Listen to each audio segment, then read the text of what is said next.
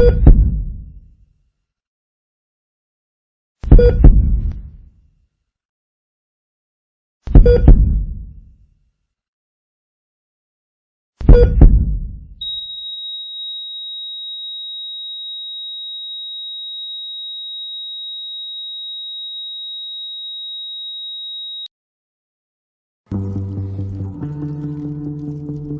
que você está vendo é o ciclo natural da vida.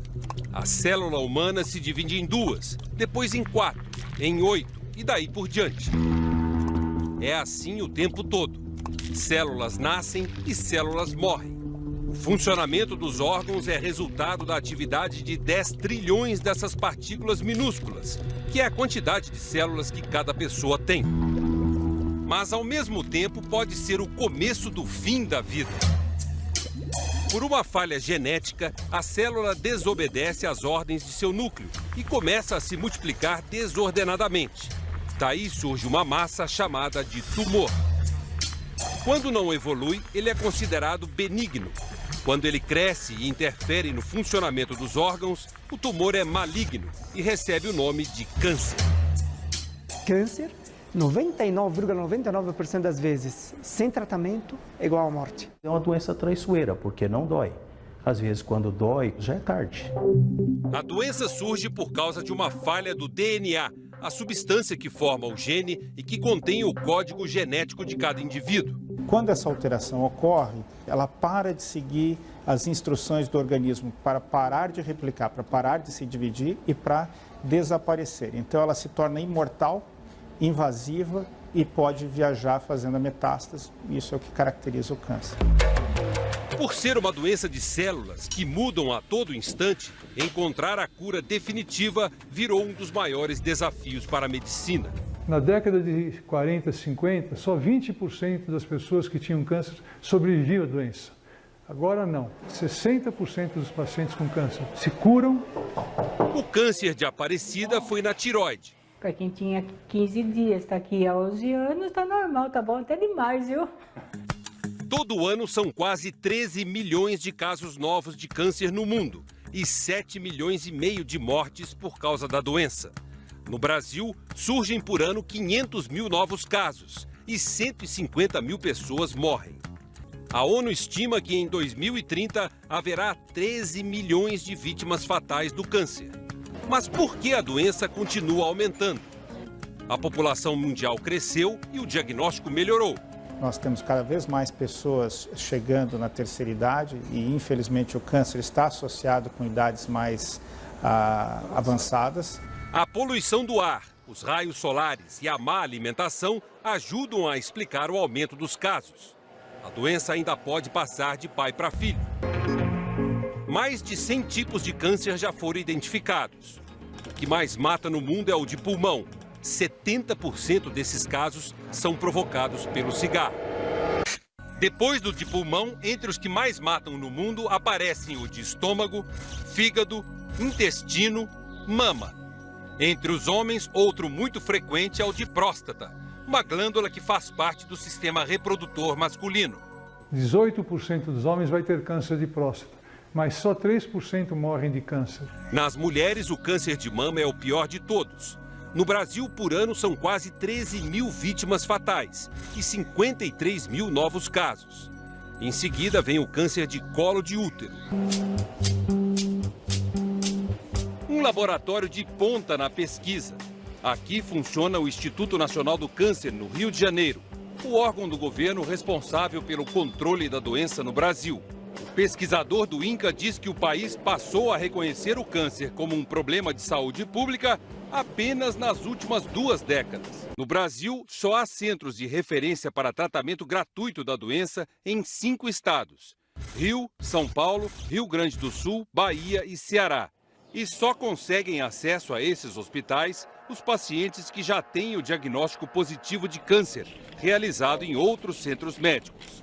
São 6 mil pessoas atendidas todo mês, em 28 andares leitos modernos, equipamentos novos e gente com treinamento específico para lidar com pacientes com câncer.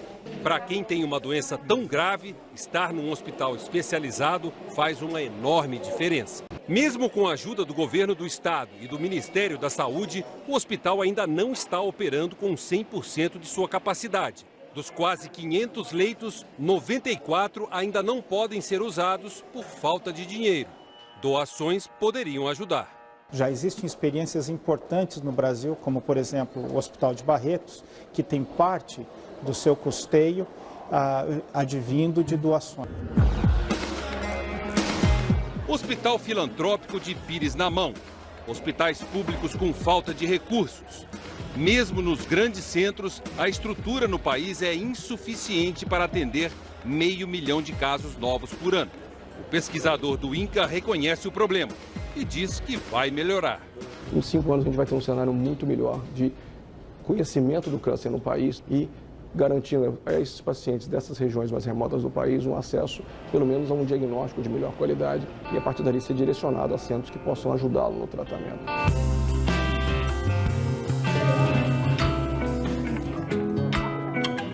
Aonde que deu o oxacom? Tornozelo. Tornozelo. Era a leucemia mieloide. Apesar do diagnóstico de câncer estar mais associado ao envelhecimento celular, é crescente o registro de crianças e adolescentes com a doença. No Brasil, surgem cerca de 12 mil casos por ano. Crianças que morriam eventualmente em áreas sem diagnóstico, hoje se identifica que tem um tumor cerebral, teve uma leucemia e, portanto, podem ser registrados, diminuindo o número de casos de morte desconhecida e aumentando o número de casos registrados de câncer. O câncer infantil ocorre na fase de crescimento do organismo, quando as células se dividem de forma mais rápida. A cada segundo, 5 milhões de células entram em divisão. Os mais frequentes são tumores cerebrais, no sangue, chamado de leucemia, e os linfomas, que atacam o sistema de defesa do organismo. Estamos no GRAAC, em São Paulo, um hospital de oncologia pediátrica que atende 90% dos casos pelo SUS. Por ano, 3 mil crianças passam por aqui e quase 400 casos novos são diagnosticados. 70% dos pacientes são curados no hospital. É nos laboratórios que os geneticistas buscam aumentar a eficiência do tratamento. No desenvolvimento de uma droga que consiga entrar na célula e neutralizar essa célula, fazer a célula morrer, especificamente só a célula tumoral. Essa é uma das linhas. A outra é tentar adequar, através do conhecimento genético, as doses das quimioterapias. Essa pesquisadora é uma sobrevivente de câncer. Aos 18 anos, teve um tumor maligno nos ossos. Hoje é mãe e está curada. Fica uma nuvem lá atrás. Na verdade, é mais um mal-estar da quimioterapia. Porque acho que todo o resto a gente passa e se recupera. No Hospital do Câncer de Barretos, interior de São Paulo, a alegria é parte do tratamento. Crianças que muitas vezes vêm de longe continuam a estudar ali mesmo.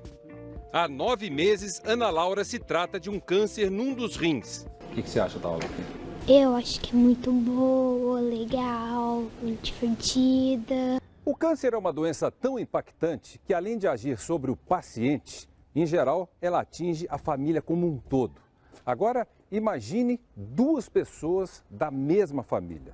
Ana Beatriz tinha 2 anos quando foi diagnosticada com leucemia. Foi difícil porque ela tinha que fazer assim, quimioterapias assim, quase todos os dias e de 20 dias mais ou menos ela tinha que internar. Foram 3 anos de tratamento e de angústia para a família. Durante a 2ª gravidez, Maria Cecília descobriu que também estava com câncer. Perdeu o útero, o ovário e o bebê.